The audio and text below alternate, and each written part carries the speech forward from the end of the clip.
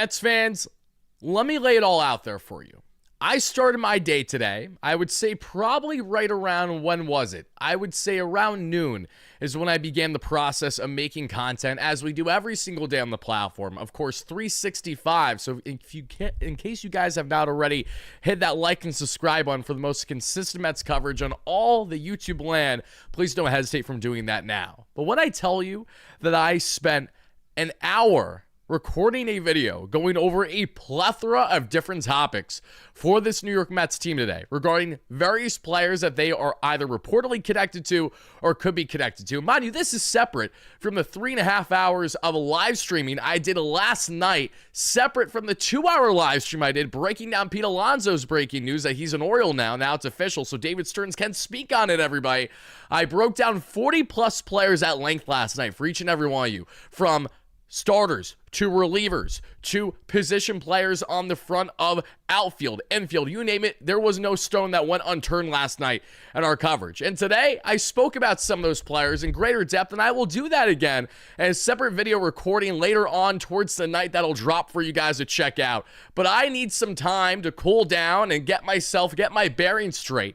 Because when I tell you that I did a hour-long pre-recorded video, the last topic in that video was that the New York Mets are still being deemed as one of the favorites for Robert Suarez. And as soon as I hit end on the recording, I got the breaking news on my phone that the Atlanta Braves are signing Robert Suarez to a 3-year, $40+ million contract.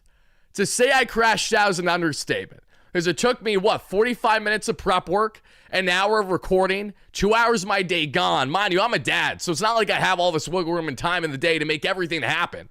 And you mean to tell me right at the end of this, not only does Robert Suarez not land with the New York Mets, but he lands with the worst option imaginable, if it isn't the big bad LA Dodgers, the way that Edwin Diaz, being the snake that he was, most certainly did. No, it's the Atlanta Braves. And then you mean to tell me John Heyman of the New York Post, Mets only discuss concepts with Robert Suarez. They apparently weren't anxious to pay more than they paid Williams. Suarez ultimately got $45 million from the Braves. Williams got $51, of course, that we saw $44 million considered, and with the deferrals, as we know. So Robert Suarez gets his money, gets his contract, eerily similar to Devin Williams, essentially the same thing for the most part. And what do I have to say about this?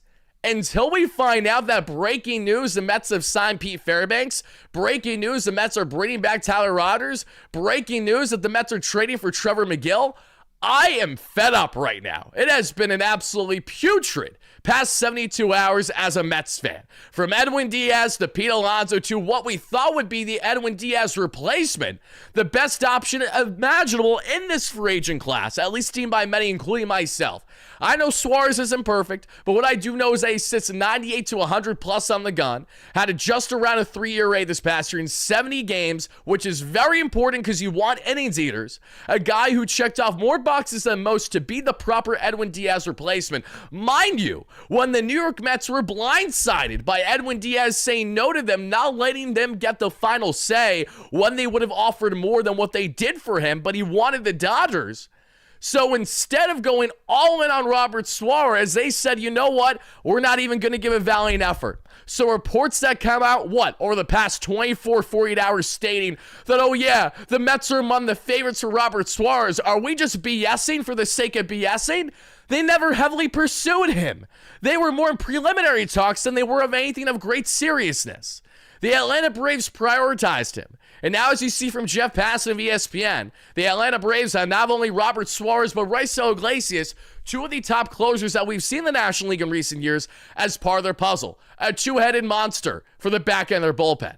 And until the New York Mets can prove their ability to rectify the loss of Edwin Diaz, and I know they won't be able to do it perfectly, because losing Edwin means that you're not going to be able to find a reliever as good on paper. It just ain't going to happen. So no matter how creative David Stearns may get in this year's trade market, no matter how adamant they may be on signing someone like Pete Fairbanks, what is true is that in the interim, for the now, every Mets fan again has every right in the world to be beyond pissed off. Because I'm not just bothered on the fact that Robert Suarez is someone that the Mets didn't pursue as much as we otherwise want them to, but I'm more disgruntled by the fact that out of all teams that the New York Mets see, Oh my God, it's the Atlanta Braves. It's the exact problem that's going to be facing right in front of you in the National League East for the next couple of years. I don't care that the Braves didn't make playoffs last year, nor did the Mets. So does it really matter in the end? Especially when you look at a Mets team that has little to no core left. You look at the Atlanta Braves, they have Ronald Acuna Jr., they have Ozzie Albies, they have Matt Olson, they have Austin Riley. They have their pieces to get the job done. So once more, can I live with this? Say 24, 48, 72 hours from now, if the Mets properly add to this bullpen? Absolutely. But I'm not here to talk about that. I'm sharing my initial live raw reaction, which is how disgusted I am as a Mets fan. Say what you will about, oh, Robert Suarez got such a big payday, he isn't worth it. This is Steve Cohen's pockets. I don't care. I simply do not care. This is a circumstance where dollars should not trump anything. And the circumstance of the Mets landing or not landing a star talent. What is it about the New York Mets and David Stearns' evaluation and Robert Suarez that wasn't appealing enough for them to go heavier after him instead of the Atlanta Braves swooping in and taking him the way that they did? Genuinely, I want to know. I want to hear from David Stearns' mouth himself, even though, of course, he's not going to give us any clear answer, nor is he going to talk about another player on another team now. It is not going to happen, I'm well aware.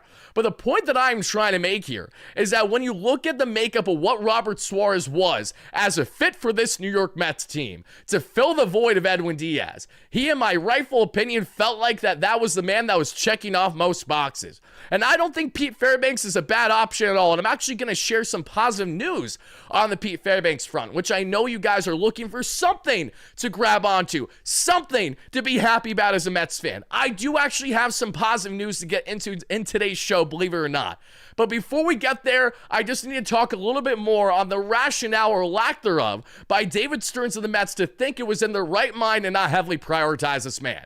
Because here's what lies the greater issue. When you are the New York Mets, if you are in fact trying to compete to be in better standing in 2026 than you were in 2025, and again, the jury's still out there. I know everyone and their mother's saying, oh, the Mets are in a full rebuild, all these things. I personally am not someone that views a rebuild as one if you still have core pieces. The Mets have that. And the Mets traded Soto, traded Lindor, got rid of everybody in the mother and started ground up. I would agree with you more. Me personally, my terminology is this is more of a retool. A retool is when you build around core pieces that you have. The Mets may not have much of a core right now, but they still have a core. And they're going to be building around Soto, and they will be building around Lindor. But here's what lies the issue. We don't know to what degree, as of now, they're going to be building. There's been a lot of speculation, conflicting reports that's come out there. On one hand, you hear that, oh, the Mets want to be disciplined in their spending. They're expected to make some interesting moves in the trade market. On the other hand, you see Robert Murray of Fansided today saying how a lot of people in the industry are expecting the Mets to be very aggressive from onward here in the offseason, especially as we evaluate the trade market. And I don't think that's wrong. I think in the end, as the dust settles, we're not going to be as bothered by some of these things. But the problem is the dust hasn't settled yet. I'm talking to you guys here, of course, on December 11th, 2025. And no team was a greater laughingstock in the media and public eye than the New York Mets. David Stearns knows he's building his team now. He's going to build it how he wants to. But until we actually see how this team is going to look, I'm sorry, but I'm not sold on anything. How can you be either? So I'm not going to sit here and go on my high horse and say, oh, guys, trust in David Stearns. He's going to figure it out. All I can promise you is that for better or worse, David Stearns will have to own everything that is happening moving forward. And I am cautiously optimistic that the Mets are going to be smart and savvy about their moves this offseason. And yes, their options are absolutely dwindling in the market right now. Doesn't change the fact that there are still options out there. But this caught me off guard in similarity to the Edwin Diaz news from a fan perspective for a second. All right, guys, hit that like and subscribe button on your way, and I promise I'll get to your comments, I'll get to donations, we'll get to all that stuff for however long we're live with this one. We're not going to be too live. We're not going to be too long of a live stream with this, as we will be dropping a video later on this evening regarding a bunch of other player topics that you guys have seen me either talk about briefly in this past night's live streams or haven't heard me talk about at all yet. So be on lookout for that. A lot of the stuff that I talked about in my pre-recorded video earlier, I have to say all over again, but I just did not have the appetite to do it right away. I was busy handling the kiddo earlier when the news of Suarez officially dropped right after I did my recording, so I said, okay, I can't hop live for this yet, but I can hop live and talk about it now. David Stearns is becoming enemy number one very fast in a very short period of time in Metsland. And I'm not going to sit here and try to justify it, Nor am I going to sit here and try to tell you guys that everything is going to be fine and dandy and okay, because that would be disingenuous to me as a fan. All I can tell you again in confidence is that the Mets are going to make moves this offseason. I can also tell you in confidence that the markets that they're actively involved in, that I actually know on a personal level, are good, are guys I would be happy that the Mets can land. Whether or not they land them or not, though, that is yet to be seen. So given the uncertainty and given the turmoil, knowing that I have to find out today that Robert Suarez, who I was penciling in to be the Mets' next big closer, the next big reliever that they were landing, I felt pretty confident, and that was my biggest fault. Shame on me for thinking anything is close of a certainty in this year's market when David Stearns is your president and there's no true clue of reading him. That is truly shame on me for thinking that I should buy in at all to some of the reporting out there at the moment. Because the Atlanta Braves swoop in, come out of nowhere, and take Robert Suarez at that 3 years, $45+ million. You could say it's an overpay. You could say whatever you want. Doesn't change the fact that, in my mind at least, that should not matter if you are the David Stearns ran Mets. With Steve Cohen, knowing you have the financial flexibility and knowing that you have all the utmost possibility in the world to build this team however which way you like. So my big question again is, what about Robert Suarez was not appealing enough to the New York Mets to allow them to let this man not only go elsewhere, but to go to a team that is absolutely going to bite us in the you-know-what right away as soon as next season? This is what I'm most disgruntled by. If Robert Suarez signed with a team in the American League, I genuinely would not be having the same reaction. This has everything to do with where these top relievers have found themselves landing in the market. It's one thing to still have me in shock that Edwin Diaz is an LA Dodger and he's more of a snake than I could have ever possibly fathomed. And I say snake from a fan point of view, but I understand he has every right in the world to want to be on the LA Dodgers. I completely get it. He's just dead to me on that level. As a player, I want nothing to do with him now, obviously. Not like it matters to him. He's more than fine and more than happy, I'm sure, to be in LA. But Robert Suarez really felt like that was the next best option. So now that Suarez is off the board, now that the Atlanta Braves, out of literally all teams in baseball, were able to land him, what does this mean for the New York Mets next? But before we get to all these options, I do want to address some comments real quick, and then we'll go on from there. I do see in the chat array some people being schmucks. Wardy, you're an idiot if you think that they are going to sign Fairbanks. If the Dodgers get Skubal, don't play this season. Give the championship to the Dodgers. I agree. If the Dodgers get Skubal, no point in even watching. I'm not even exaggerating as I say that. But I don't think I'm an idiot for thinking that the Mets are in Fairbanks' market, because what if I told you that the Mets are heavily in Fairbanks' market right now? We're going to talk about Pete Fairbanks. I have a lot to say on Pete Fairbanks. But furthermore, I have positive news to say on Pete Fairbanks that is contrary to the things I've relayed to the thousands of you guys each of the past 48 hours. So I'm happy to be able to kind of adjust and correct myself a little bit, because it's something that I was unaware of that I am now aware of. So without further ado, everybody, let's answer some of these donations. Hit that like and subscribe button on your way, and I greatly appreciate it. Once we get to 37,000 on the platform, we're giving away a brand new Mets jersey to one lucky subscriber. So make sure you hit those buttons if you guys have not done so already.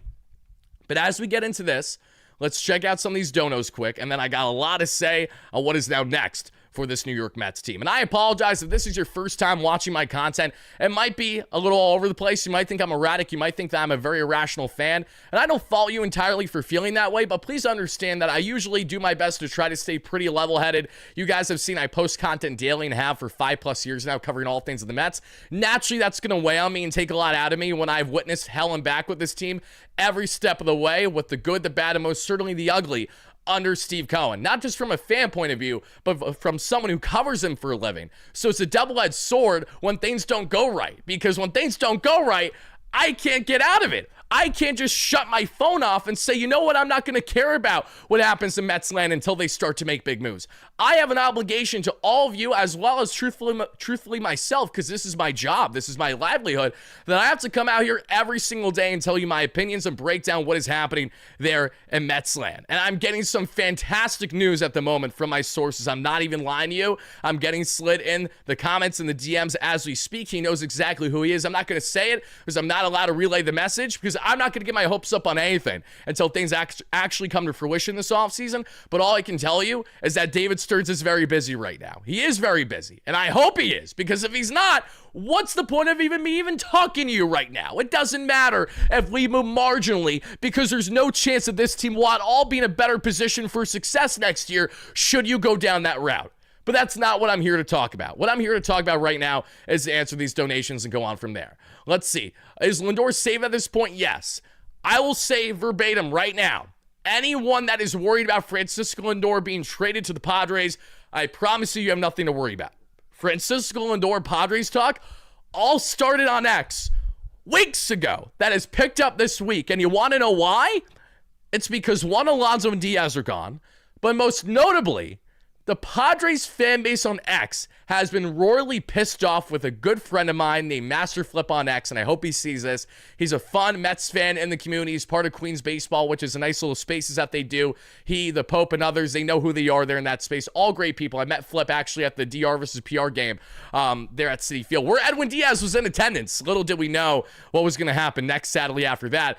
But jokingly, to a degree, but also being serious, he has went out of his way to post graphics and saying Tatis to Queens, putting him in a Mets uniform, all these things, and it's royally pissed off Padres fans. So much so that as a counter for Tatis to Queens, Padres fans have went with Lindor to San Diego, which is what sprung all this nonsensical talk that, oh, yeah, the Mets are going to go ahead and trade Francisco Lindor for Mason Miller and Xander Bogaerts. Like, the fact that this got to the point of airwaves, the fact that I'm even seeing Evan Roberts talking about Lindor hypotheticals right now is just absolutely hilarious. And the fact that I'm seeing people in the Padres space, like their go-to podcasters on live air, their local radio, saying from what they're hearing of these rumblings going out with Lindor, they have absolutely no clue what they're talking about. Literally none. This all started from a literal troll on X just for the sake of wanting Tatis as a Mets fan. Nothing more, nothing less. And now it's gotten to the point that, oh yeah, surely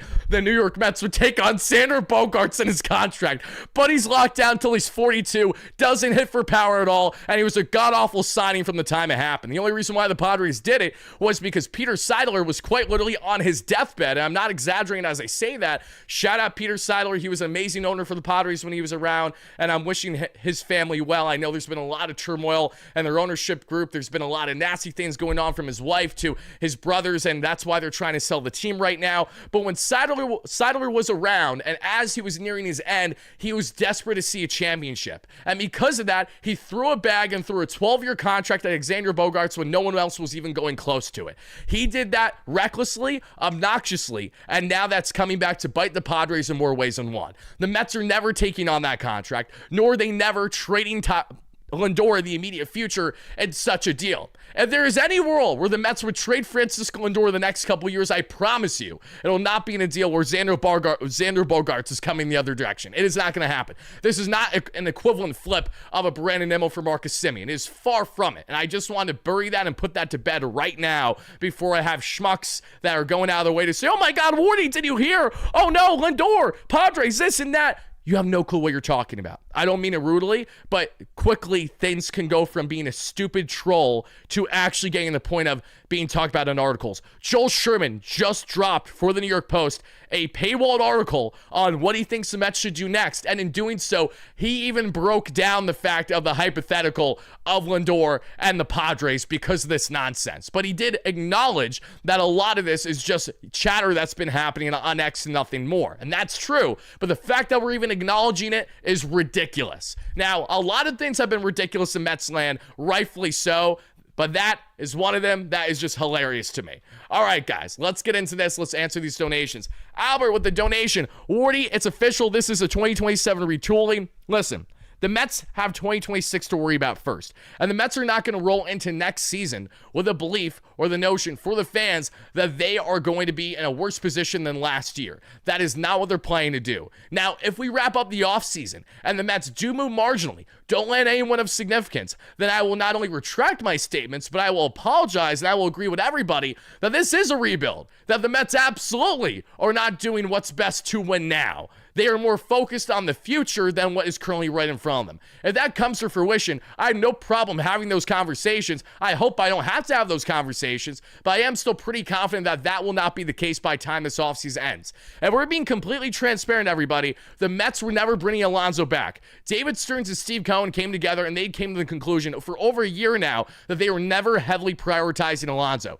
They have their reasons for that. Whether they're right or wrong, that is yet to be seen. But they have been stubborn for over a calendar calendar year as to how they feel about Alonso. And Diaz is the only news that changes the ripple effect as to why we're having this conversation, why we're ranting about Robert Suarez. Why are we doing this? Because Diaz going to the Dodgers caught the Mets off guard. This was not something that they were expecting. They were fully under the impression that he was going to return them. They gave him basically the same contract as the Dodgers, just a couple mil less, but that didn't matter because they were willing to go beyond that. But not Lindor. Diaz said no. He purposely didn't circle back to the Mets when he otherwise could have. He pulled a Jacob deGrom because he didn't want to be here anymore. And the worst part of it, Mets fans, is the Mets have themselves to blame. When you only make playoffs in 2 years of a 7-year stretch since Diaz became our closer in 2019, you can't fault the guy for looking at the Dodgers and saying, oh my God, which rain should I try on first? You can't blame him for wanting to go to nicer weather on an all-star team in all aspects, Cy Youngs, MVPs, you name it.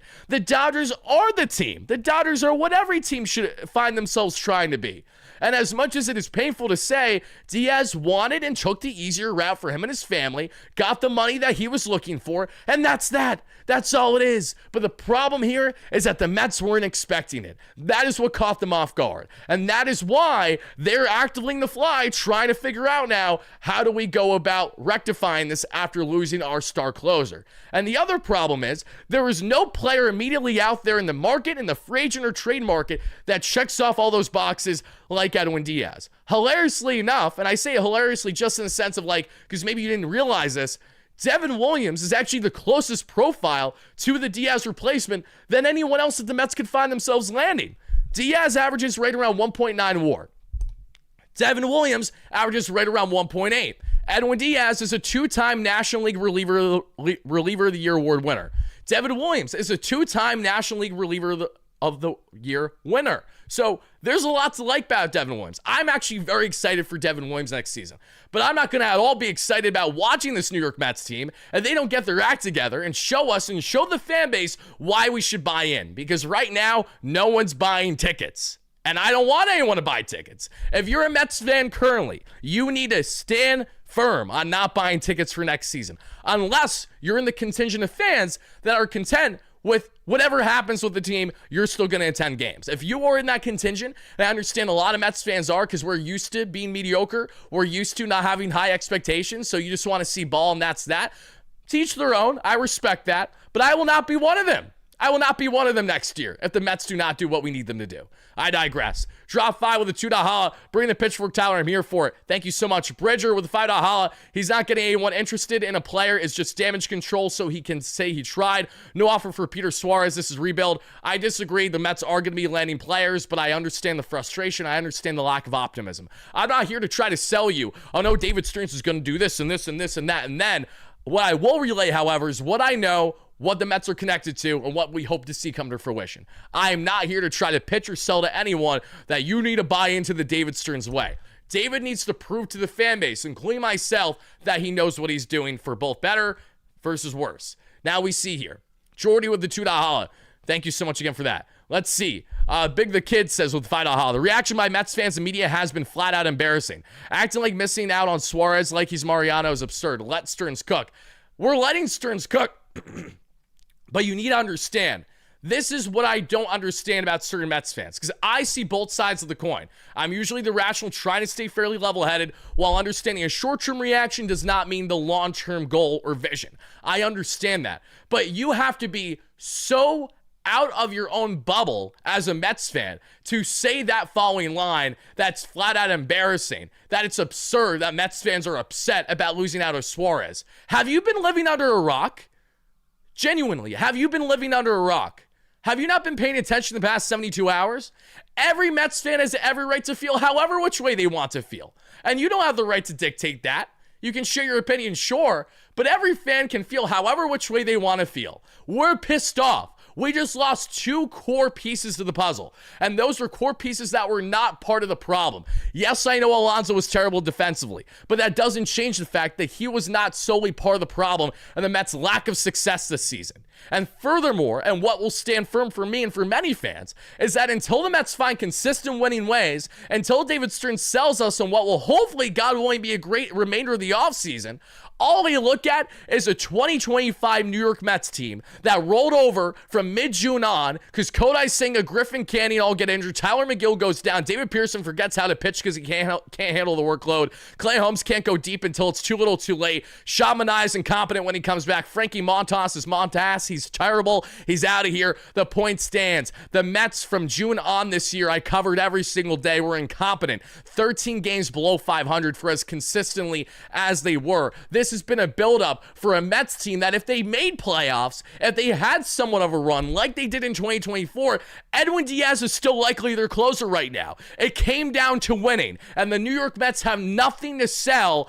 on that front. All they have to sell to players is we got a lot of money, we have great family hospitality. That's it. That is it. And that was an easier sell 5 years ago when there was excitement and a lot of jubilation with Steve Cohen first becoming owner. A lot of uncertainty, but in a good way.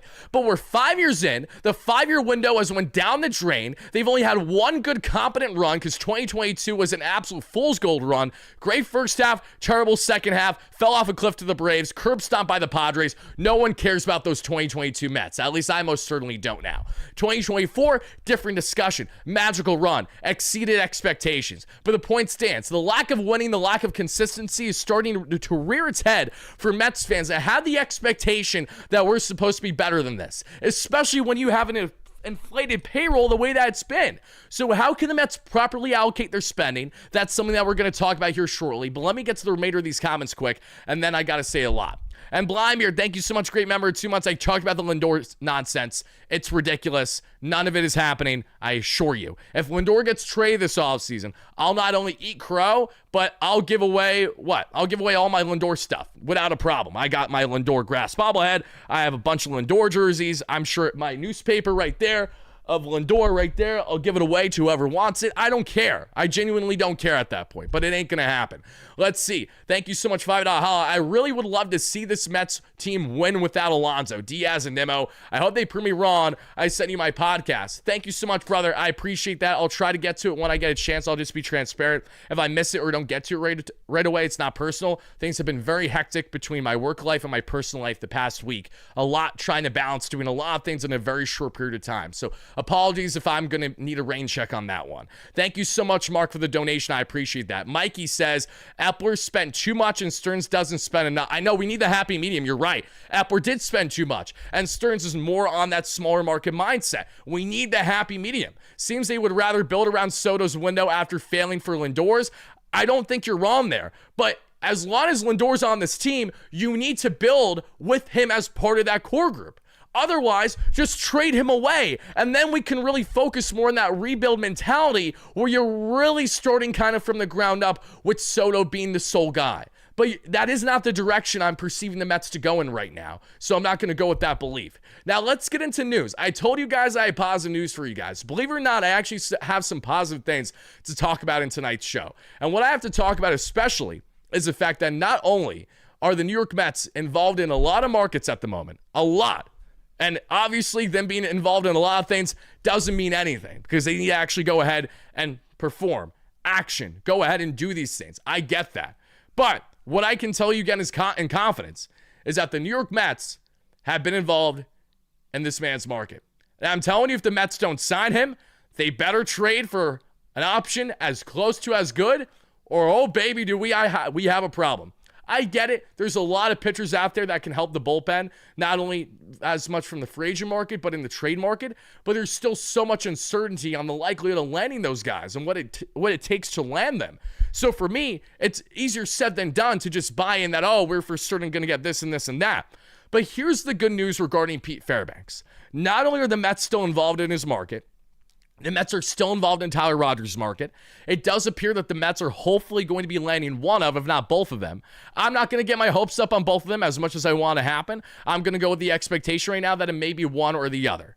But what's also true is that I've told you guys, verbatim, the past 2-3 days, what do I not like about Pete Fairbanks? You guys can spam in the chat right now. Let's see who's the first person to figure it out.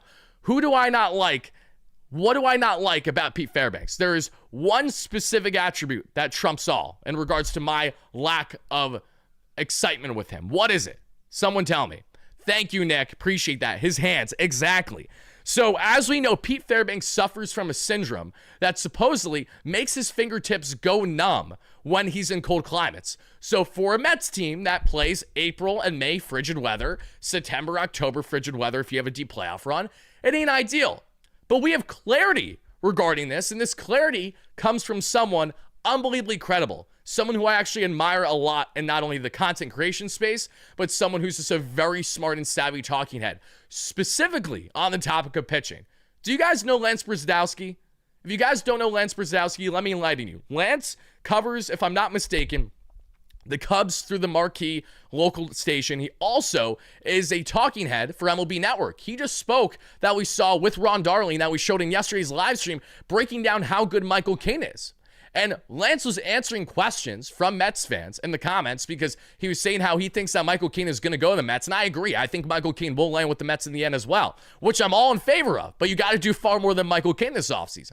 He was asked point blank his opinion and thoughts about that specific issue for Fairbanks. How cause for concern is it for someone like Fairbanks who's had this syndrome with the numbness with his fingers? And this is what Lance said in reply to the following. And I'm pulling up, this is the post right now, so you guys see, that's Lance. All right. It's a non-factor from my understanding. It hasn't been an issue for him over the last 2 seasons. Believe he has a treatment plan for it. My read is that there aren't any teams discounting him. It's available info that's being overemphasized by public and probably including myself up until this point. So not only am I happy to correct myself, but I'm really, really encouraged to hear that news. Because if Fairbanks has in fact nipped this in the butt and has had a treatment plan and doesn't have the issues with his fingers, then we're fine. Then there's nothing to worry about there in bringing him in, other than the other big wrinkle. There's only one other thing that I really, really am not loving about Pete Fairbanks. It doesn't have anything to do with his makeup as a pitcher, but has everything to do with where he's coming from.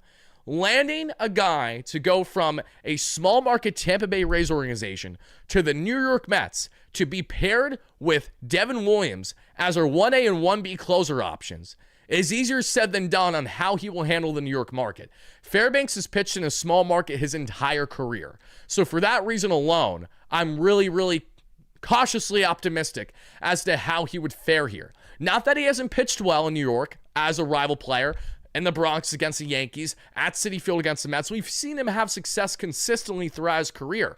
But for me, the only thing that finds myself worrisome is, again, any player that the Mets try to land for high leverage spots, there is a level of uncertainty as to how they will adjust at the New York level.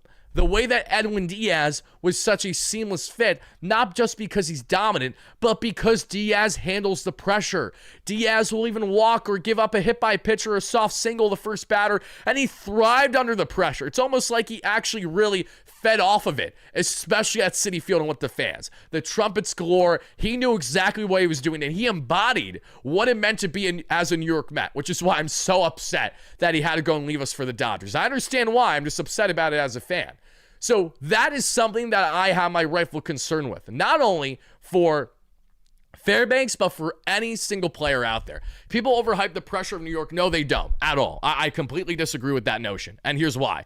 I've spoken to people in the Mets organization. I've spoken to former and current players, and they have all universally agreed and have explained that there is a different element to playing in New York. So no, with all due respect, I'm completely nipping in the butt your opinion that you just shared. I can tell you in confidence, people in the Mets organization, active and former players, the one commonality that I've heard when speaking to them specifically is that pressure is a real thing in New York. And there is a different approach and mentality that most players have when they first land in New York. So much so that it either makes or breaks you. And we saw Edwin Diaz break in his rookie year with us, at least. Not a rookie as a player, but rookie year with the Mets, at least in 2019. Horrendous. Couldn't handle literally anything. We saw him Get over that and become a dominant reliever for this New York Mets team. We have seen many players over the years come to New York, embody what it means to be a New York Met and look fantastic. Embody what it means to be a New York Yankee and look fantastic. We've also seen quite the contrary. We've seen guys in real time not handle the pressure, not handle the big market. Joey Gallo, famous example, grew up a diehard Yankees fan, lands in the Bronx, has terrible lack of success, was so scared of the fans that he literally would lock himself in his apartment, wouldn't leave the house, wouldn't even walk around the block in the city because he knew how bad he was going to get heckled. It in part ruined his career. That's why he's literally being evaluated by teams right now as a pitcher because he's had to change his game entirely. And I'm not just using Joey Gallo. Let's go on the Mets viewpoint. What is one recent player that landed in New York but clearly didn't handle the pressure? Clearly looked like a guy that had the yips and clearly looked like someone that was not adjusting well. Oh yeah, it's a guy that came from the small market. It's a guy that had great success in his career. It's a guy that's a year removed from having the most saves in the National League. Step right up and meet Ryan effing Helsley, okay? We have seen live and real time as early as this season guys that land here and roll over and die and are shell of what they're supposed to be. Was he tipping pitches? Yes. But he's never tipped pitches at all in his career to the magnitude that he did with the Mets in like a 2.5 month span. It is disgusting to see how much he rolled over and died. And that's why he will comfortably dominate with Pete Alonso in a small market there in Baltimore, where he will have less and less to worry about from the medium fan perception. Because this is what you guys need to understand. Seriously. You guys need to grasp the reality that there are players that come in that don't understand just how significant the media culture is, as well as the fan base. Mets fans were booing Francisco Lindor literally the first week that he landed as a New York Met. And I'm not exaggerating. He was getting boos galore as soon as he started the year with that slump the way that he did. He had a lot of Mets fans saying that, oh, what a terrible trade this was. He isn't going to pan out. And what has happened since? He's been our most consistent player in a lot of different ways. We love Lindor. I know he sucked on the road this year. He wasn't his best, but we know he is one of our leaders, one of our focal points of this organization. So there's something to be said about players that land here, face the early adversity, face the noise, face the music, and actually overcome that. And that is something that I hope that Fairbanks can handle fine. And I'm led to believe he will be fine, because if the Mets are going to bring him in, obviously that they have a level of expectation that he'll be fine too. But the Mets are also the same team that traded for Ryan Helsley and had to find out the hard way that this was someone that could not handle this market. Or to a lesser degree, let's go ahead and talk about, Cedric Mullins, for example. Mullins didn't have the best season, but he landed with the New York Mets and completely forgot how to play baseball. Okay? And this is what happens when you land guys from small markets that have things nice, comfy, cozy, all this stuff. Never had media to worry about because there's only a couple beat writers out there. Don't have talking head schmucks like me that talk about the team daily to worry about, nor do they have a toxic fan base that wants absolutely the worst things imaginable to happen if you can't get if you cannot get yourself right in a short period of time. New York pressure is a real thing.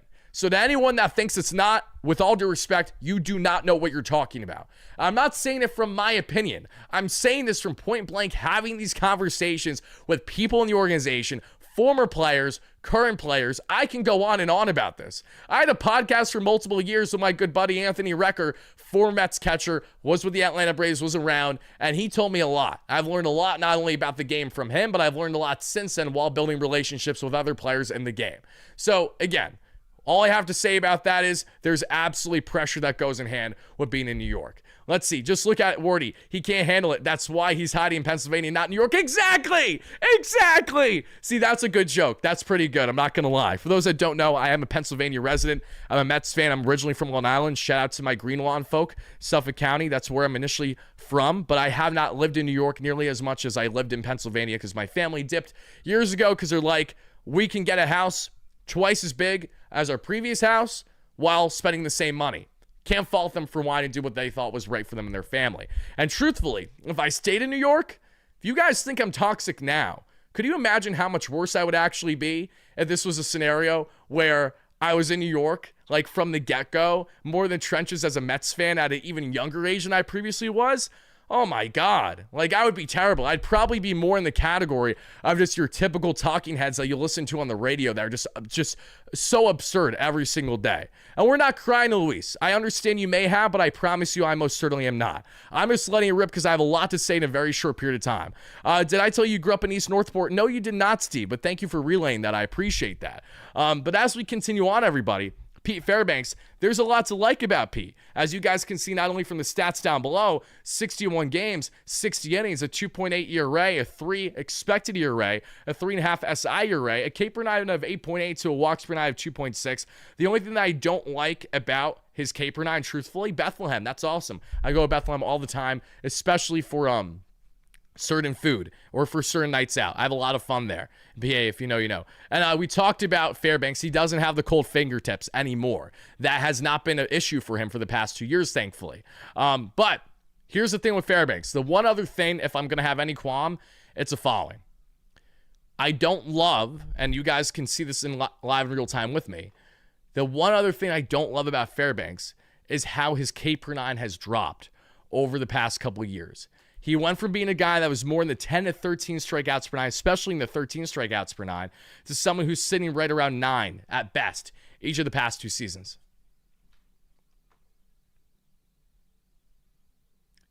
Diddling around? What are you talking about? That's funny. But yes, you could definitely catch me in Emmaus. I literally just got pizza. It was delivered to me, but I got pizza from Switchback Pizza in Emmaus. If you guys don't know, if you're a PA resident.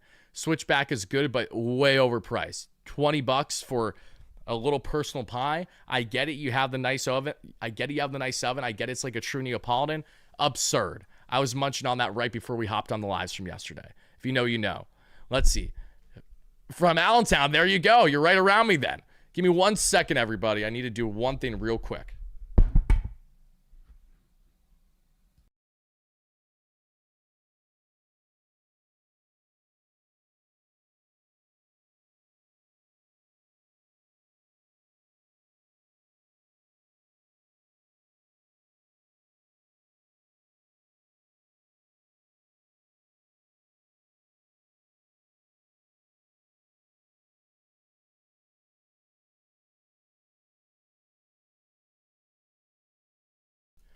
Sorry, guys, had to message the missus because my son just woke up. And I had a feeling he was going to wake up at some point during this rant. I'd be lying if I didn't say that he's not too far, like, away from me. Like, if I yell loud enough, could probably wake him up. So I don't think that's what happened, though, because he was napping for at least 2 hours. So he got what he needed. Let's see, you grew up in East Stroudsburg. Yeah, that's not too, that's like, what, 40, 45 minutes away from me? It's not terribly far. Wait, it doesn't have any issues in his fingertips? I literally heard you in your previous video say, yes, correct. That's what I'm trying to correct myself on, Radiant.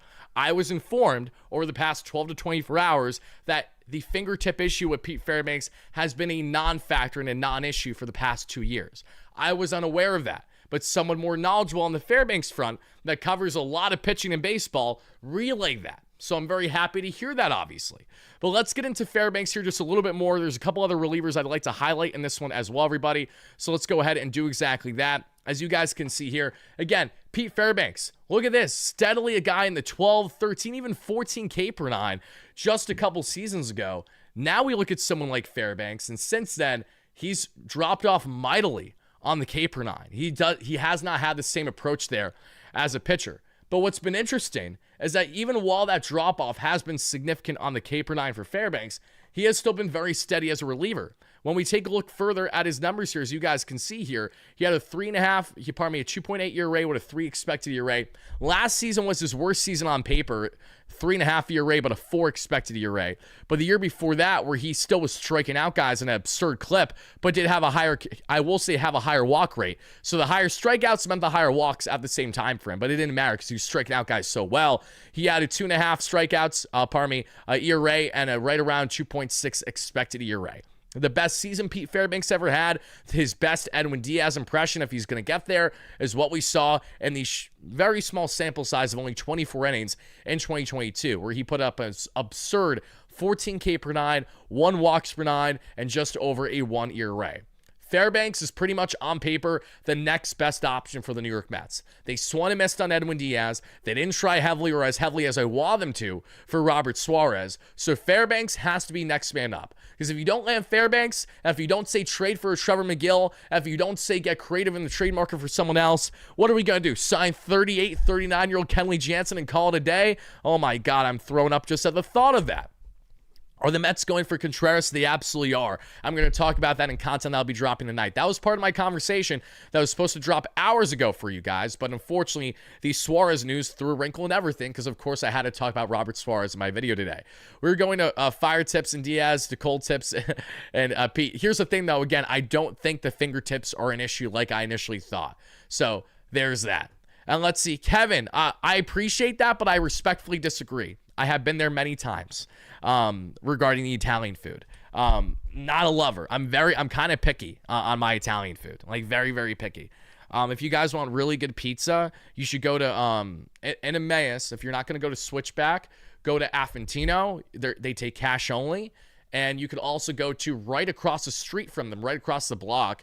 There is it's Capo and Co. or Capo and Keg. It's like an Italian restaurant. Get their margarita pie, and you can thank me later. You might want to pop in the air fryer at 375 for 4 or 5 minutes, but you'll be fine. I'm a big food nerd, separate from covering baseball. If I was not WardyNYM, I'd be probably Wardy Pizza or something along those lines. I'd be that basic mofo giving you the reviews each day to tell you how I feel about it. I'm very much a food connoisseur, but I'm very picky about my food at the same time. So, all right. McNeil's our vibes guy said absolutely nobody. Oh my God, that's hilarious. Zach says McNeil's not getting traded. Nah, he's going to get traded. He's going to get traded. I'm confident he's going to get traded. If he doesn't get traded, I don't know how I'm going to feel, truthfully. I'll be very upset. Very, very upset. Where if Stearns pulls off a Griffin Jax trade, you give Stearns his props, I will be ecstatic if we can trade for Griffin Jax. But I'm not going to get my hopes up on it. Palace Pizza in Allentown, I don't know if I've been there, but I've definitely heard of Palace Pizza. Hold on. Griffin Jax is fantastic. I wanted Griffin Jax so bad at the trade deadline. But here's my problem. Why would the Rays trade for Griffin Jax at the trade deadline just to trade him now? It just doesn't add up to me from that reason alone. I would love him. He'd be fantastic. But is he someone that's really going to be available for trade right now? I'm really not entirely sure. I'm not sure. I really don't get it. Let me get rid of the Fairbanks stats just so you guys don't think we're talking about the same player here. Griffin Jax with the Tampa Bay Rays. Guys, when I tell you that his numbers are insane, they're insane. Ignore the 4.2 ERA. Focus on the 3.2 expected ERA. Focus on the 2.5 FIP. Focus on the 1.7 WAR season. Griffin Jax, this past season, guys, put up 13.5 strikeouts per nine and a 2.8 walks per nine. He is unbelievably good. He had a total of 99 strikeouts in 66 innings. He is really, really nasty. Really, really good. The problem, though, with Griffin Jax is, as I stated, he was just traded to the Rays at the trade deadline. Why would the Rays go ahead just a couple months later and trade him again? Could have happened, maybe, but I'm not going to get my hopes up on that until it actually comes to fruition. He is absolutely a guy that if the Mets traded for, I would be jumping for joy for. I've wanted him for the past year. Let's see this. If you quit on the Mets because of Stearns, you need a rebrand to Wardy Pizza. It's a play on PA and P. I like that. It's actually a good idea. Seriously. So we'll see. If Stearns has to make me, you know what? I got to go in a different profession as we get into next year. Pizza coverage will be the way to go. No doubt about it. Saw a comment on a post where someone said it's a hard reset and we aren't going to sign a big player. I will tell you this. I'm not going to guarantee you that the Mets are going to sign a big player. But what I will guarantee you is that the Mets will be making splashes this offseason in the trade market. If it ain't going to happen in the free agent market, they will do plenty in the trade market. There's no denying that. It will be one or the other, if not both. They're going to do both. They're going to sign players. They're going to trade for players. These things are inevitably going to happen. We know that.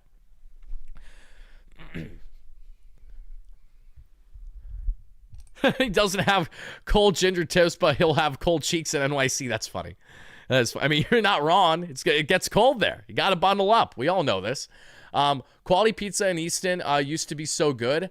The only place in Easton that I think of right away for Italian food, and I know, why am I blanking so much? Setaluna.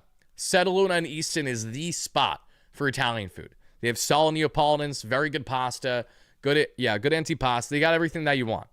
And I say this as knowing that it's slim pickings in Pennsylvania and our Italian food cuisine in comparison to what you're having there in New York. It pales in comparison. I'm well aware as someone who goes to New York often for sports coverage or to attend games or to see family, friends, whatever the case may be. Okay, guys. Top 3 toppings on pizza? Oh, easy. Basil? You're a schmuck if you don't like basil. You need burrata? Absolutely. And then pepperoni is, of course, a staple. But sometimes I'm not in the mood for pepperoni. So if I'm not in the mood for pepperoni, I may want like a version of either hot sauce, a hot and honey. Sometimes it's a little overkill when you have all those at once because it might be a little too heavy of a pizza. But basil, burrata, if you're not going to have reguff, and then I would say pepperoni, or I'm a sauce guy. So again, hot sauce, hot and honey, something along those lines. Definitely stuff I like. But I apologize. We're not here to talk about pizza. We're here to talk about the New York Mets. As much as I think a pizza conversation is more entertaining and enjoyable and palatable for Mets fans right now. But I digress. Let's see here. Goomba, buffalo is good. Yes. Yes, a nice bar pie with some buffalo, a little barbecue as well. Get some nice little crispy bacon on that. We're cooking. We're cooking. Want some chicken? We're cooking. All right, Goomba, $10 holla. I heard Stearns had to get rid of Diaz and Pete because he promised Williams he could close. There goes Diaz and then Pete, so Williams' feelings weren't hurt seeing the guy that ruined his career every single day. So let me say this one more time. I'm sorry. I heard Stearns had to get rid of Diaz and Pete because he promised Williams he could close. No, he didn't promise Williams he could close. Quite the contrary. That's factually incorrect. Williams is on record speaking as soon as he signed with the Mets with Will Salmon that, yeah, I'm more than fine to play outside the closer role. You know, I signed with the Mets knowing that there's uncertainty there, and I'd be very happy if Diaz returned. And he said if I'm a betting man, I thought Diaz was coming back to the Mets. He had an expectation that he was going to a degree. The Mets thought he was going to. If the Mets didn't want Diaz back, they wouldn't have offered him a record-breaking contract of average annual value. Stop it. Thank you for the donation. I appreciate that. I really do. Pineapple and ham, you guys are sick. I get it. You like the pineapple because it's sweet on pizza, but you're either A, not Italian, or two, it's sacrilegious. You can't do it. I can't. Let's see. Are we interested in Jax? Not reportedly, no. Joel Sherman just floated him as a potential option because he thinks it would make a level of sense. Do I think Carson Bench can start at center? Can he? Yes. Should he? Probably not. Probably. Basil's already in the sauce. No, you need fresh basil on top or baked in. It's separate from the sauce. It's a different element. If I get a margarita pie without basil, why am I even going to eat the pie? You need the basil. Oh my God, I'm an idiot, guys. I'm so sorry. Scratch the hot sauce and hot honey noise. Pesto. Pesto, pesto, pesto. Go to, was it Ruby Rosa in Little Italy? Their thin tri-pie of pesto. Is it tri, or I think it's tri? I think they have vodka sauce in it and the normal marinara and pesto drizzle on the top. They drizzle it when they hand it to you. Chef's kiss. All right. Thank you for the donation. But no, Carson Bench actually looks like he profiles better in left field than he will in center. So he could be in center, but the jury's still out as to how good defensively he'll look there.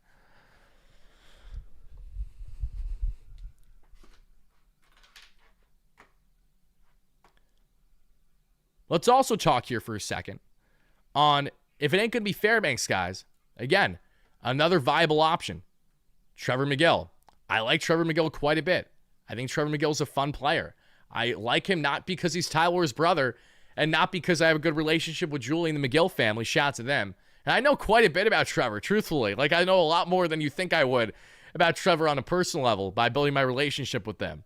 Nothing that I'm going to air out, nothing that's bad or anything, but I know a good amount about Trevor McGill, and how he's carried himself is very good as a player, and he's such a polarizing personality in the sense he's vastly different from Tyler. Tyler is the introvert that wants to go ahead and game in his room and yell his head off and do that, whereas Trevor McGill is very much more the extrovert between the two. They pale in comparison with personalities quite a bit. Not too uncommon, obviously, with brothers, but it certainly holds true with them. But Trevor McGill, what's most enticing about him, and again, the Mets are in his market. It was reported through the New York Post that the Mets have interest in Trevor McGill as they do in Freddie Peralta. And I would love both of them in a package deal. I've made that abundantly clear here on the platform. I like him a lot. But what I also like is the fact that Trevor McGill is one of these guys where he hasn't had too much long of a track record, so there's, to a degree, a level of uncertainty. But at the same time, he feels like the kind of profile that if the Mets brought in, they could continue to maximize and get the best out of. He's entering his age 33 season, but Trevor McGill hasn't really established himself as a quality reliever until just the past couple of years. And who had their hands on all of his success the past couple of years? Yes, and of course, is the Milwaukee Brewers and the fantastic job that they do between player development and, of course, their pitching lab. They do a fantastic job there. They will continue to do that every single year. And in 50 games and 47 innings, you guys see it down below, a 2.5 ERA, a just over 3 expected ERA, a 1.1 whip, 2.5 FIP, just under a 3 SI ERA, 60 strikeouts, 11.5 K per nine to 3.2 walks per nine. This is a trade that the Mets can pull off. I'm all for it. And you guys say Milwaukee Mets. I don't have a problem being the Milwaukee Mets as long as you don't operate how the Brewers operate, where you build a great foundation, a great young core group, vibrant team that's going to win your division every year, and then you roll over and die in playoffs each year. Why? Because you didn't spend the big bucks when you needed to on the guys that are the difference makers that make teams go from being good to great, i.e. the Dodgers. Now, as you guys can see here from McGill, Stern's checking in on pineapple on pizza. Edwin, you're cracking me up. Thank you for that donation. That's funny. Mason Miller is awesome. We'll talk briefly on Mason Miller in here as well. Not sure how realistic Mason Miller is because, again, Padres just traded for him. Similar scenario to Griffin Jax and the Rays. But let's see how crazy Preller will get. We know A.J. Preller is an absolute madman. I will not put anything past him, but the Mets would have to give up a king's ransom for Mason Miller. I'm really not sure they're going to do it. As you guys see here for Trevor McGill, a 2.5 ERA, just over a 3 expected ERA. His second year in Milwaukee in 46 innings had a 9.7 K per nine to a 2.7 walks per nine, a 2.7 ERA and a 2.8 expected ERA in 2023, I apologize. His first year there in Milwaukee, 34 innings, 13.5 K per nine, 3 walks per nine, 3.6 ERA, and 3.2 expected ERA. So a lot to like about Trevor McGill. And now we see here, what's up, Wardy? Oh, my man, Nolan, hope you are fantastic, brother. Thank you so much for being a great member of 54 months. I really appreciate you. Let me pull up, these were Pete Fairbanks' numbers from his Baseball Savant page earlier. If I did not relay them already, here they are now regarding Fairbanks. I'm just going to switch the graphic quick for those that did not get a chance to look at it yet. Again, this is what you're getting in Fairbanks. So let's get rid of McGill. We'll put Pete back here. A lot to like. 87th percentile xERA. We're looking at 77th expected batting average, 90th in fastball velocity. Again, Fairbanks sits basically 97 to 100 consistently on the gun. Fastball 79th percentile, 93rd in barrel percentage, above league average in all chase and whiff percentages. He does get hard hit because, again, he throws gas. So when he's going to hang pitches, naturally he's going to get barreled hard. But the good thing, though, or not barreled hard, I apologize, give up hard contact. But what's interesting is that he doesn't get barreled hard at all. Like, when he gives up hard contact, it's not from barrels. That's what's interesting about Fairbanks. So a lot of the hard contact is more than likely come in more of a form of, getting towards the end of the bat, ground outs, fly outs, going gap to gap, things along those lines, going to the right, going to the left. Wardy, we've been lied to. No, we haven't. That's something that is factually incorrect.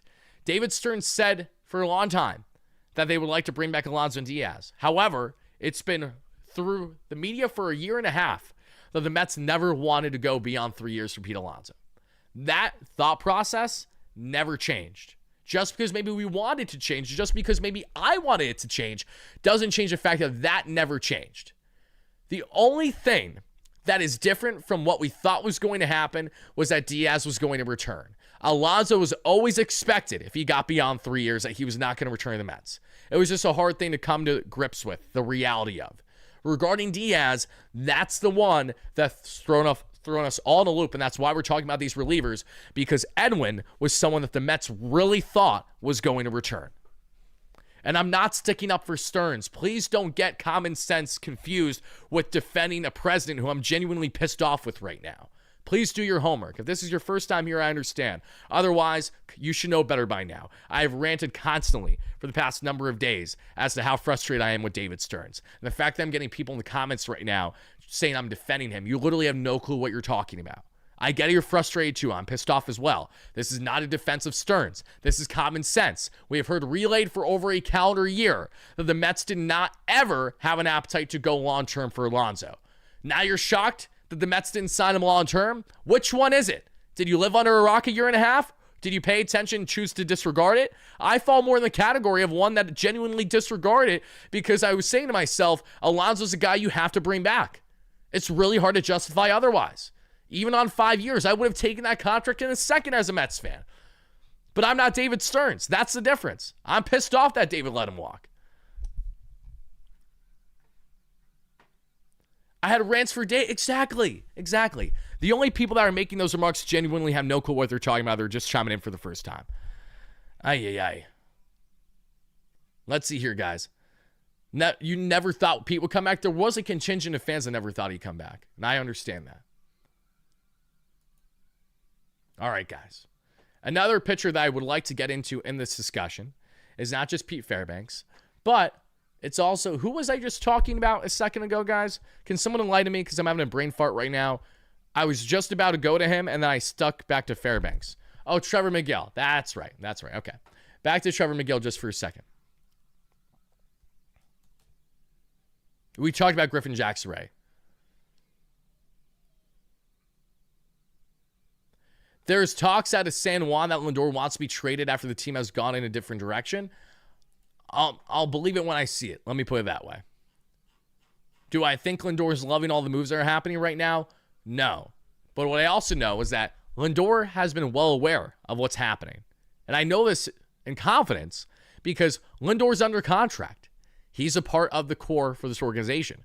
So while Edwin Diaz has his little panties in a twist about, I didn't get a call that Devin Williams was coming here, even though Devin was never going to be the closer for the team if you just return Edwin. Stop using that as save face, you schmuck. In the case of Lindor, Lindor's been under contract. He's been with the team. You don't think that he's been having constant communication with Steve Cohen and David Stearns? I promise you he has. Lindor has been literally in team meetings with the decisions that they've done before. He has been a part of the puzzle, absolutely. I'm not saying that he agreed with everything the Mets are maybe doing, but he most certainly has been on the know as to what's been happening. There's no denying that at all.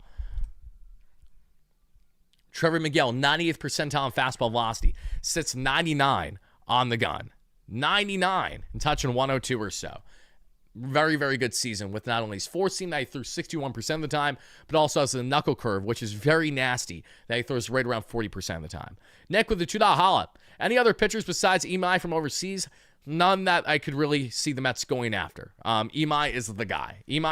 If the Mets are going to sign a starter in the free agent market, Tatsuo Imai is right towards the top of the list for me personally as a fan.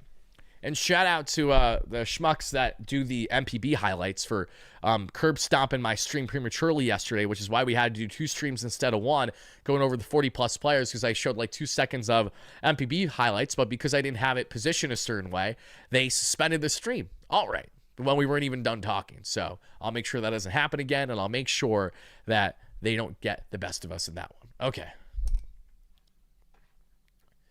Thank you to everybody chiming in live at a replay. Continue to smash a like and subscribe on if you're enjoying the content. If you're frustrated by the Mets, know that you're not alone, okay? You know, I think the crazy thing to me is for people who have been followers that say, Wardy, you don't know what it's like. Oh, you don't understand how much this hurts. I'm like, do you not understand? I cover this team for a living. I'm not able to get out of my fandom at any point, even if I wanted to. You guys have a luxury as fans, as normal fans, that don't have to worry about the media and everything else that goes in hand with doing what I do. It's so different. And I one of these days, I'll do a better job on trying to show you guys my perspective on what it's like from being a diehard Mets fan while trying to constantly battle this when knowing that you cover them for a living and you have to try to appease the masses while knowing that people are not going to like everything you have to say. So when the Mets suck for months and months on end, and I got to come out here nightly and try to talk about it, when the Mets don't make the moves I want them to do, I promise you, I'm royally pissed off. But I can't just turn my phone off and ignore it all offseason the way that many of you guys can at your leisure. I'm literally not allowed to, even if I wanted to. The show must go on, okay? So trust me when I say, I understand fan frustration. This team defines my entire livelihood. I have missed out on so many parties, family celebrations, birthdays, everything under the sun because of my full commitment to this team.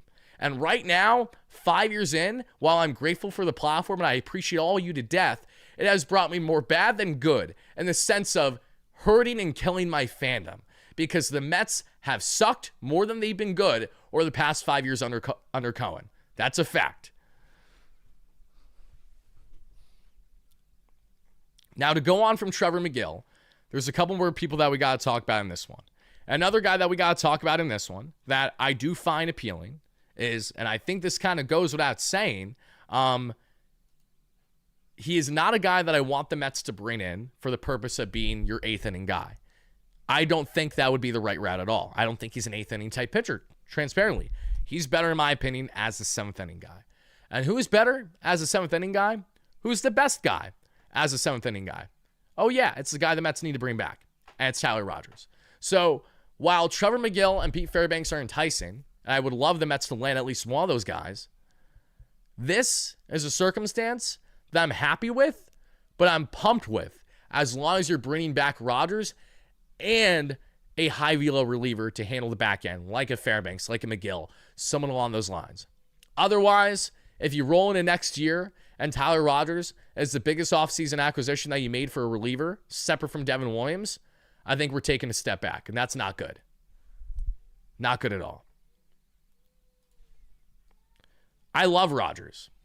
You guys know I'm a big fan of Tyler Rogers. Again, one of my favorite players, like, on the planet. Has been before he was a New York Met. Now that he has been a New York Met, he looked good. Absolutely. Try living as a Mets fan in the early 90s. Oh, my God. Oh, for sure. I'm not saying you're wrong at all. I would have lived through that if I was around. I didn't have the privilege of dealing with this turmoil until the year 2000 hit.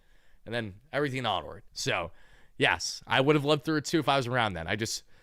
The parents weren't frisky enough at that time for me to get involved. 95th percentile in pitching run value, 96th in fastball run value, 96th in expected ERA, 99th in average exit velocity, 100th in walk percentage, 100th in barrel percentage. And mind you, 100 means you're the best in baseball. 1 means you're the worst for context. 95th in hard hit percentage, 98th in ground ball percentage. Look at the only bad numbers are the numbers that are non-factors, that he throws tops 84. Who cares that he throws 84? He's the most deceptive reliever in baseball. The most deceptive. No doubt. No doubt at all. So I need Tyler Rogers back. And not only do I need Tyler Rogers back because he has a great track record, but I need Tyler Rogers back because what did Tyler Rogers prove what Ryan Helsley and Gregory Soto were incapable of doing?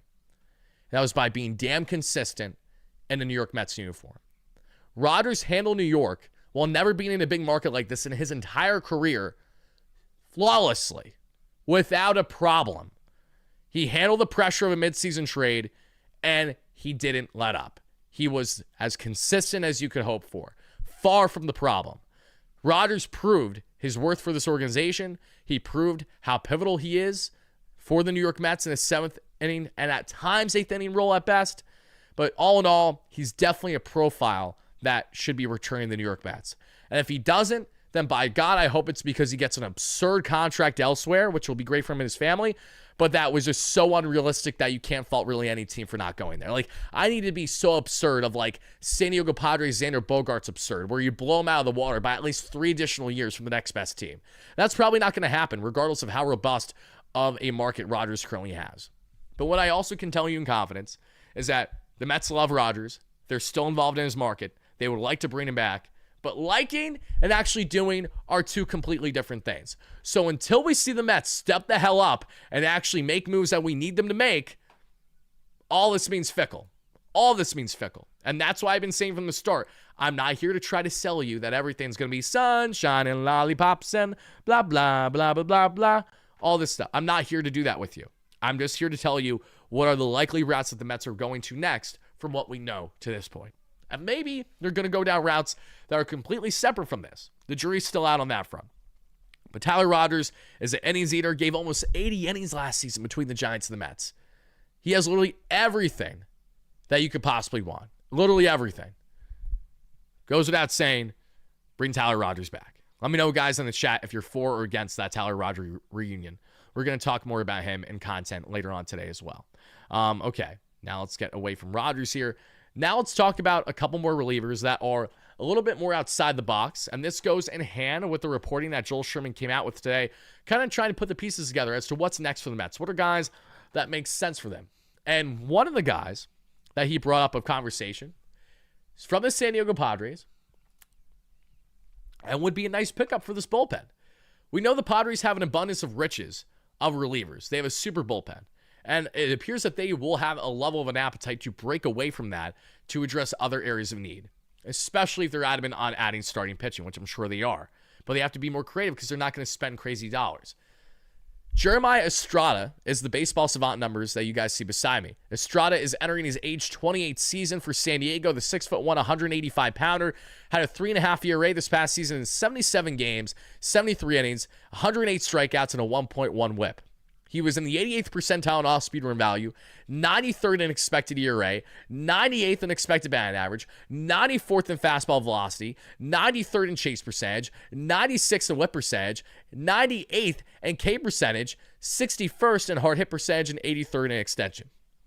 The only things that weren't great with him is just like any other flamethrower that sits 98 to 100 plus on the gun, which is exactly what the Mets need in their bullpen right now. Jeremiah Estrada is exactly the kind of reliever the Mets should go out and try to trade for. Came off of a fantastic season, had himself a lot of innings, a lot of games, and he's steadily getting better. In 2023, only had 12 games, looked like crap. 2024, 62 games, dominant sub-3 ERA. This past season, 77 games, 3.5 ERA. A lot to like about him. So I like Estrada a lot. I think that this is a rifle profile for the Mets to go after and try to land if they can swing in and make it happen. So to be determined.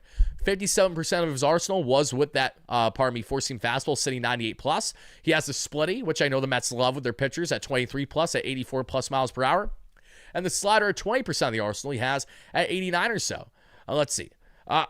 I did not talk about Brad Keller yet on the platform, but we can have a conversation about him briefly. That's fine. I don't have an issue with that. But yeah, if the Mets are going to be doing a trade with the San Diego Padres, Jeremiah Estrada is towards the top of the list of a reliever that they should be going ahead and trying to land. But if it ain't going to be Taro Estrada, not Taro, I apologize, not the former San Francisco Giants and Colorado Rockies legend. We're talking about Jeremiah here. There's one other reliever that the Padres have, separate from Mason Miller, that if I'm being honest, I want more than Estrada. And the reason why? The Mets also don't have a profile like this in their bullpen. And he's someone that I've been longing for. Gregory Soto failed to meet the expectation as a flame-throwing southpaw in this Mets bullpen. So what should you do? Go ahead and land the best option out there in the National League. Get me Adrien Moron from the San Diego Padres. Entering his age 27 season, one of the best lefty relievers in baseball. This is a guy, and Sherman didn't roll out a Lindor trade. It's just because of the stupid nonsense that went on in X of the rumblings with the Padres when all of it is fickle. If Lindor gets traded or if things really pick up on that front, we'll have those discussions. But I'm not here to talk about that today. I will talk about that if we find out reports that, oh yeah, the Mets are actually pondering a Lindor trade. Or, oh yeah, Lindor is really upset and wants out. Like, God forbid, if those things come to fruition, we'll have those conversations then. I don't have a problem with it, even though I know I won't be looking forward to it. This is a fantastic pitcher right here, guys. He throws the kitchen sink, and he has everything that you could want. Because listen, A.J. Minter and Brooks Raley have a lot of upside in this Mets bullpen as quality lefty options. But Moron brings an element that they don't bring, and that is gas, and that is dominance on the mound of someone who just pitched 75 games, 73.2 innings, 70 strikeouts, and a .9 whip this past season with a 2.08 ERA. I'm inclined to believe he had at least kind of a good season. He had the sinker, he threw 62% of the time, sitting 98 plus. The slider, 25% of the time, sitting 88 plus. Changeup, 7% of the arsenal, 91 plus. Cutter, 4% of the arsenal, 94 plus. Four seam, 3% of the arsenal, 97. And knuckle curve, they threw only 1% at 87. He's got the kitchen sink, guys. This is I'm sure the Mets would be salivating if they could actually land someone like him. And what do we see? 95th percentile in pitching run value, 93rd in fastball run value, 64th in breaking run value, 84th in off-speed run value, 97th in expected ERA, 74th in expected batting average, 94th in fastball velocity, 98th here in average exit velocity, 88th in chase percentage, below league average in whiff percentage, above league average in K percentage there that we see, 85th in walk percentage, 97th in barrel percentage, 99th in hard hit percentage, 92nd in ground ball percentage. As I mentioned, he sits 98 to 100 plus on the gun. This is the best profile imaginable for a lefty that could do well in this Mets bullpen. I would definitely love to hear from you guys in the chat and to our replay viewers. As always, are you for or against a potential trade? If the Mets can swing it, you're going to have to give up quality assets, but he's more than worth it. And Adrien Moron, dominant southpaw for the San Diego Padres. I know my buddy Borna and Zico, they know who they are. I'd be so pissed off to see this right now because they're big Padres guys, and they don't want to see Moron go anywhere. You're against, you're a Braves fan, so that checks out. That checks out a lot.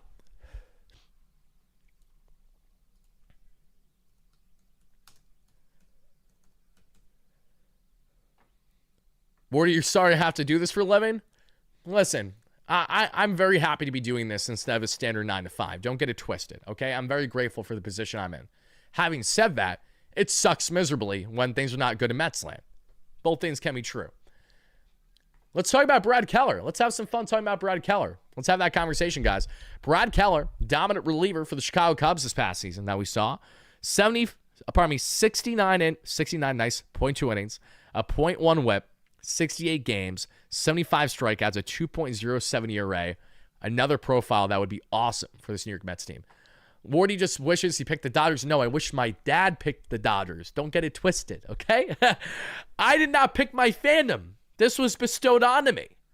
You know, maybe that was my own mistake, right? Because I don't really know what it is to have the luxury of picking your favorite teams. I really haven't picked any of my favorite. The only team I've ever really picked is for college basketball.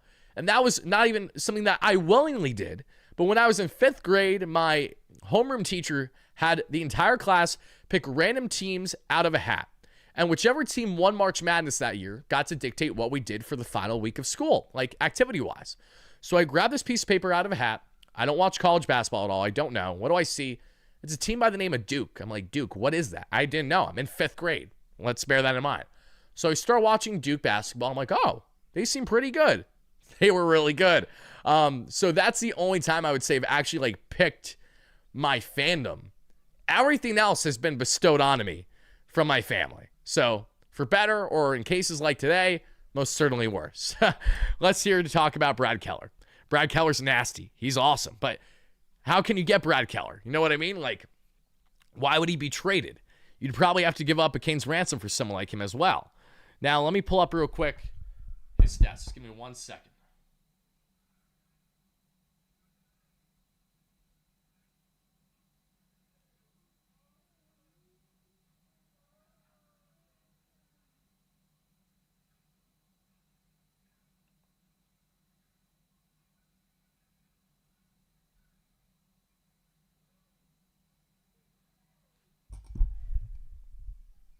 I'm literally an idiot. I mean, you know that, but Brad's a free agent? Genuinely, like, taken back just because I have not done my homework on him. That's all it is.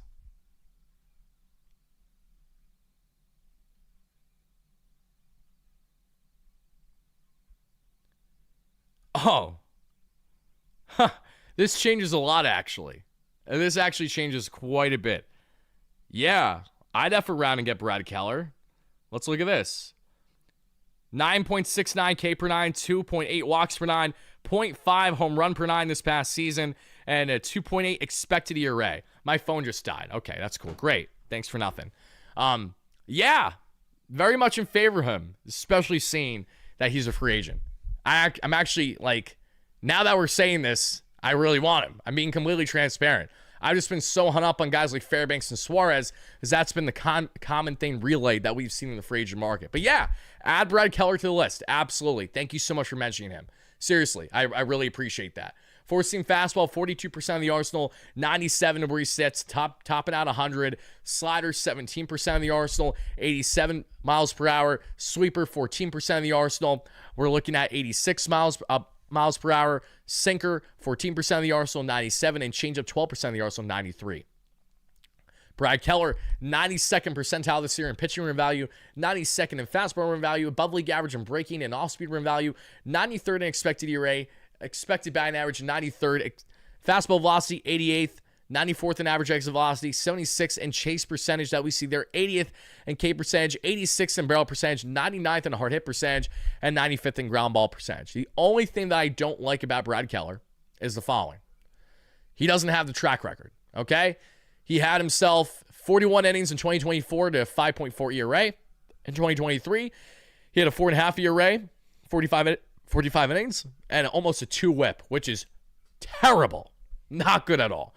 So for Brad Keller, who just came out of nowhere and had a dominant year in his walk year for the Cubs, how do we evaluate that? And where will he land on price point because he doesn't have the track record of success? Fantastic season this year. A 2.07 ERA. He was clearly doing something right. The numbers beside me show all of that. But the lack of track record is where I have a level of concern there if the Mets were going to go ahead and land him. But right now, the Mets don't have any quality pen options outside of Devin, Minter, and Raley. So it's imperative that they go ahead and add as many quality arms in that regard as they possibly can. You guys let me know in the live show right now, were you for or against a Brad Keller trade? And also, guys, I don't know where we are at in the like count, but if you guys could help us get to 250 to 300 likes by the end of the live show, if you haven't already, to our 800 concurrent viewers, that would really mean a lot. And thank you so much for doing exactly that.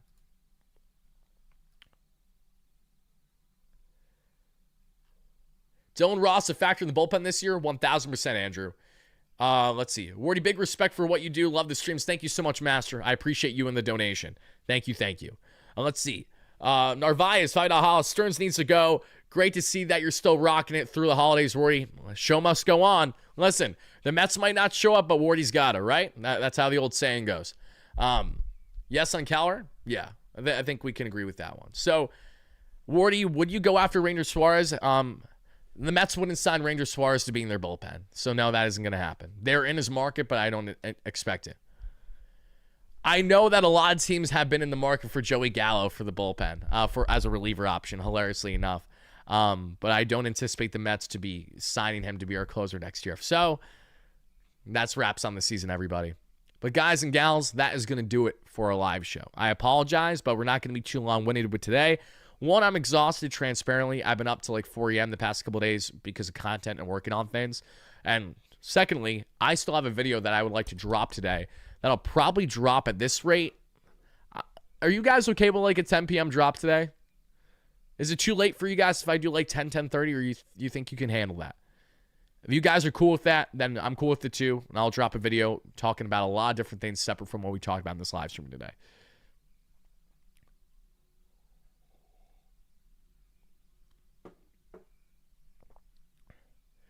Nightingale has no clue what he's talking about. Love Bob, friend of the platform, but he has no clue what he's talking about. He's just buying on the smoke of what was stupid nonsense that started on X. That's literally all it is. All it is. All right, cool. Yeah, 10 or 10:30 p.m. Eastern is my goal. I have a video that I'll be dropping for you guys. So be on the lookout for that. We're going to talk about position players who the Mets are connected to.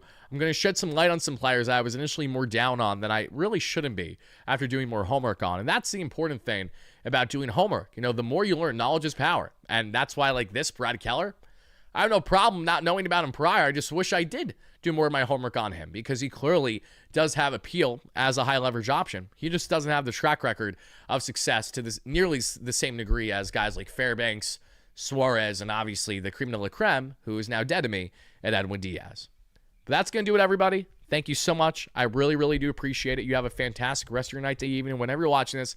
I promise you, if breaking news does in fact happen today, breaking news regarding the New York Mets. Breaking news! We've signed another reliever to a minor league contract with a spring training invite. Can't wait for it. Nonetheless, be on the lookout for the video tonight. Until then, have a great one, everybody. I love you all to death. And as always, no matter what,